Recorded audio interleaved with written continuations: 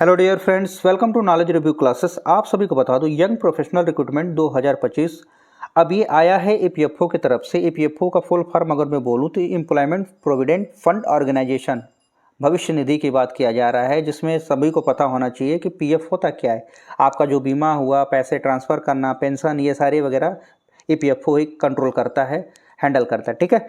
अब इसमें आपका चयन होगा तो इसमें कोई एग्ज़ाम नहीं होगा, नहीं कोई इंटरव्यू देना है आपको, नहीं कोई फॉर्म की फ़ी है। तो ये अगर नहीं है तो ज्वाइनिंग कैसे होगी, तो डायरेक्ट ज्वाइनिंग है क्या, अब इसके बारे में हम आगे आपके साथ डिस्कस करूंगा। उससे पहले मैं बता दूं, अगर इसमें आप ज्वाइन होते हैं तो आपको जो सैलरी, अगर मैं बोलूं सैलरी नहीं, स्टाइपेंड उसको बोला जाएगा, क्योंकि टाइम बाउंडेशन के लिए है। तो स्टाइपेंड आपको मिलेंगे 65,000 रुपये per month, plus other benefits होंगे, जैसे ट्रेवल अलाउंस हुआ, फूड्स हुआ, उसके बाद आपको एकोमोडेशन के हुआ, ये सारी फैसिलिटीज़ प्रोवाइड की जाएगी। अब यंग प्रोफेशनल जो रिक्रूटमेंट है, इसी तरह क्लाइमेट और फॉरेस्ट का डिपार्टमेंट का भी आया था, मिनिस्ट्री ऑफ क्लाइमेट और फॉरेस्ट डिपार्टमेंट, जो आपको प्लेलिस्ट में देखने को मिल जाएगा, उसमें भी ज़रूर अप्लाई करिएगा। वो भी वैकेंसी बड़ी अच्छी है, उसमें भी सैलरी भी अच्छी है। तो जो लोग अभी तक अप्लाई नहीं किए हैं या फिर करने की सोच रहे हैं तो ज़रूर जाइएगा, देखिएगा। और वीडियो अच्छा लगे तो लाइक शेयर और सब्सक्राइब करिएगा। ठीक है, चलिए। कर्मचारी भविष्य निधि संगठन, ईपीएफओ को बोलते हैं हिंदी में। अब ये देखिए, यहाँ पर जो वैकेंसी आई है यंग प्रोफेशनल के लिए आई है, क्या है वो मैं आपको एक एक करके मैं बताऊंगा। ठीक है। सबसे पहले देखिए क्वालिफिकेशन क्या है। देखिए, एक चीज़ मैं एक एक चीज़ को क्लियर करते चल रहा हूँ, वो ध्यान सुनिएगा। सबसे पहले मैं बता दूँ, वही कैंडिडेट इस फॉर्म को भर पाएंगे जो इंडिया के होने चाहिए। ठीक है। दूसरी बात, जो 32 साल से मोर देन नहीं होनी चाहिए एज।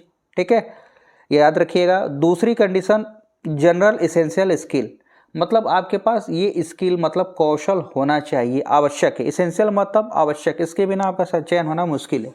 क्या है? सबसे पहले understanding of law and litigation system, जो भी कानूनी व्यवस्था है, ये सारी चीज़ के बारे में पता होना चाहिए। दूसरी बात, ईपीएफओ के बारे में एमपी एक्ट क्या है, उसके बारे में 1992 1952 क्या है, स्टेबलाइजमेंट रूल और इंसॉल्वेंसी बैंकरप्सी कोड जो है इंडिया का, ये सारी चीज़ें आपको पता होना चाहिए।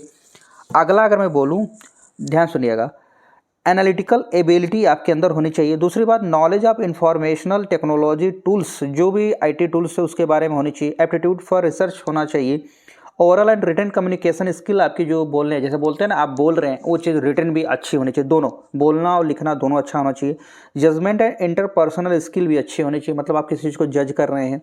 ठीक है, एक दूसरे की बातों को समझ रहे हैं, कैसे आप जज करके बता रहे हैं, ये सारी चीज़ें आपको, आपकी जो होगी अच्छी होनी चाहिए। दूसरी बात, अब ये चीज़ें अगर हैं आपके पास तो क्वालिफिकेशन आप देख लीजिए आपके पास क्या क्या मांगा है। सबसे पहले मैं बता दूं, यंग प्रोफेशनल लॉ के लिए वैकेंसी है।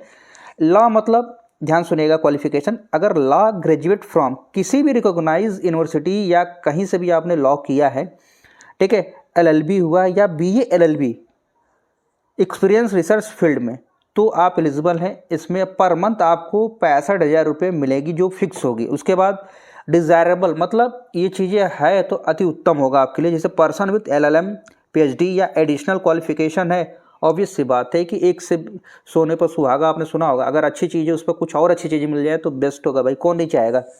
तो कुछ ये इन्होंने बोला है, जैसे रिसर्च एक्सपीरियंस हो, पब्लिश पेपर किया हो, या फिर पोस्ट क्वालिफिकेशन एक्सपीरियंस हो in the relevant field and would be preferred. अगर है तो इसको प्रेफर ये पहले करेंगे। ठीक है। रोल एंड फंक्शन क्या है वो सुन लीजिए, मतलब आपका काम क्या होगा, वहाँ करना क्या होगा। आप जो भी लीगल कंसल्ट करना होगा, जो भी ईपीएफओ का मैटर होगा, जैसे ईपीएफओ से रिलेटेड कुछ भी होगा, जैसे एडमिनिस्ट्रेशन, ट्राइबल, कोई भी मैटर होगा उसको हैंडल करना है। ठीक है। वहाँ की अगर मैं सीधी भाषा में बोलूँ, ईपीएफओ का जितना भी काम होगा लीगली, वो आपको देखना होगा। ठीक है। जो भी केस हुआ, केस हुआ, कोई भी अगर कोई केस फंसा, वो एफिडेविट, मतलब वगैरह वगैरह, वो सारी चीज़ें आपको मेंटेन करना होगा। यहाँ पर देखिए, आपको दिख दिया भी है और वो समय समय पर आपको वर्क असाइन भी करेंगे, काम भी देंगे कि आपको ये मैटर का क्लियर करना है, फिगर आउट करना है। बहुत सारे मैटर्स हैं जिसको फाइनली इंडअप करना होगा, समझ रहे हैं आप। अब ये टेन्योर जो होगा आपका 11 मंथ का होगा, अप्रॉक्सीमेट 1 ईयर का होगा, 11 मंथ यहाँ पर दिया भी है। High quality service on specific projects. देख, प्लेस ऑफ पोस्टिंग, अगर आपका ज्वाइनिंग हो जाता है तो आपको पोस्टिंग कहाँ मिलेगी, तो ध्यान सुनिएगा, ये आपकी पोस्टिंग जो होगी न्यू दिल्ली में होगी। अटेंडेंस एंड वर्क, अगर आप इसमें काम करते हैं, आपकी ज्वाइनिंग भी होगी दिल्ली में, आप काम करें तो भैया छुट्टी कितने दिन की मिलेगी। देखिए भाई, पर मंथ का देखा जाए तो 12 आपको डेज, 12 लीव मिलेंगी ठीक है। उसके बाद एक्सेस लेंगे तो आपके सैलरी से डिडक्ट होंगी। यहाँ पर मेंशन किया हुआ है स्टाइपेंड फैसिलिटीज दिया है, इनकम टैक्स, पर्सनल देखिए professional tax, any other amount to be deduct as per the applicable rule will be deduct source before effecting the payment. ठीक है। देखिए EPFO shall not be liable for tax any other contribution payable by the YP payments made to him her under this engagement. ये सारी चीज़ें इन्होंने proper way में mention किया हुआ है। ठीक है सारी, तो कोई भी चीज़ ऐसी नहीं है जो नहीं बताया इन्होंने, तो प्रॉपर वे में आप इसको अप्लाई करिएगा, पढ़िएगा, समझिएगा। देखिए other terms condition applicable to young professional के लिए दिया है जो आपके सामने दिख रहा है। ठीक है। कोड ऑफ कंडक्ट ये सारी चीज़ें लिखी हुई है। अब ये एप्लीकेशन और सिलेक्शन प्रोसेस क्या है वो सुन लीजिए आपको पहले। ठीक है। एप्लीकेशन फॉर्म जो होगा, इंटरेस्टेड जो भी होगा कैंडिडेट, उसको ऑफिशियल ईमेल आईडी एप्लीकेशन देख रहे एप्लीकेशन फॉर्म के बारे में लिखा, interested eligible candidate shall submit their application form on office email ID पर फॉर्म को सबमिट करना होगा। ठीक है। और ये देखिए applied on national career service portal, यानी इसमें आपको जॉब आईडी यहाँ पर आपको अप्लाई करना होगा, फिर इसकी ईमेल आईडी पर सेंड करना होगा। ठीक है। दूसरी बात application window, the application window will be open for 21 days from the date of application of advertisement in newspaper. जिस दिन से न्यूज़पेपर में ये पब्लिश हुआ है तब से लेकर 21 दिन तक रहेगा, उसी के बीच आपको अप्लाई करना है, यानी फरवरी तक है, आप भर दीजिएगा, कोई दिक्कत नहीं है। If EPO does not assume any responsibility for the candidate not belonging to submit their application within last date. ठीक है। General instruction of submission application, देखिए जो भी क्या advise not to furnish any particular date or false, ये सारी चीज़ information आपको लिया हुआ है। इफ देखिए खाली फॉर्म को भेजना है, फिर वो जैसा वो उनको समझ में आएगा तो वैसे हायर कर लेंगे, आपके क्वालिटी मतलब चेक किया जाएगा आपके सारे डॉक्यूमेंट्स जो भी। Candidate engagement of candidate shall be liable to be the cancelled, मतलब वो चाहे तो कैंसिल कर सकते हैं, रख सकते हैं, उनके ऊपर है। ये सारी चीज़ें हैं जो आपको मैंने दिखा दिया। अब आगे हम आपको दिखाते, ध्यान सुनिएगा। जो सिलेक्शन प्रोसेस होगा यंग प्रोफेशनल के लिए वो क्या है ये देखिए। 10 रैंकिंग ऑफ 30 मार्क्स, देखिए यहाँ पर दिया है application received from the interested eligible candidate shall be subjects to the screening and candidate shall be short listed based on the following. किस पैरामीटर से सिलेक्शन करेंगे वो सुनिएगा। Ranking of the institute as per national institute ranking framework in case of LB integrated BA course के according, जैसे top 10 rank institute होगा उसके behalf पर 30 मार्क मिले। अगर आप टॉप 11-20 इंस्टीट्यूट से किया है आपने अपने कोर्स एलएलबी या फिर एलएलएम बीए एलएलबी, तो जिस इंस्टीट्यूट से किया है उसकी रैंकिंग क्या है उसी के बिहाफ पर आपको नंबर यहाँ से मिलेंगे। दूसरी बात academic qualification degree, only LLB है 5 mark, LLB diploma labour law 7 mark extra. अगर ये सब कुछ है, एलएलबी है, एलएलएम डिग्री है, तो 10 मार्क्स आपको मिलेंगे। एकेडमिक अगर परफॉर्मेंस की बात किया जाए तो मान लें आपका 10th में, ध्यान सुनिएगा, 10th में आपको 70% से ज़्यादा है तो 5 मार्क मिलेंगे। अगर 12th में, ध्यान सुनिएगा, देखिए 12th में अगर 12th में 5 मार्क्स मिलेंगे, लेकिन अगर आपका 10 में 70 से 60 के बीच है तो 4 मार्क्स होंगे, अगर 45 से 60 के बीच है तो 3 मार्क्स होंगे।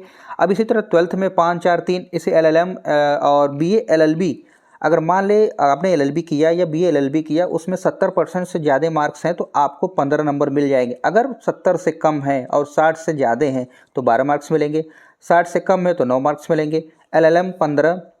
ठीक है। टोटल अगर देखा जाए, मतलब आप हर सब में मान ले आप high school, intermediate, LLB, LLM सब में आप 70 से ज़्यादा लाए हैं मार्क्स एकेडमिक, तो 40 मार्क्स आपको मिलेंगे। अगर आपने 60 से 70 के बीच है तो 32 मार्क्स मिलेगा। अगर मान लेते 60 से 45 के बीच है 24 मार्क्स। तो ये है सिलेक्शन के क्राइटेरिया, याद रखिएगा।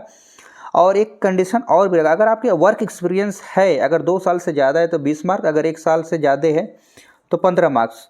तो इसी के बिहाफ पर आपका सिलेक्शन होगा। यानी टोटली मैं बोलूँ आपके किस इंस्टीट्यूट से आपने कोर्स किया है एलएलएम, और आपकी एकेडमिक स्कोर क्या है, और दूसरी बात आपका एक्सपीरियंस क्या, उसी के बेस पर आपका सिलेक्शन होगा। ठीक है।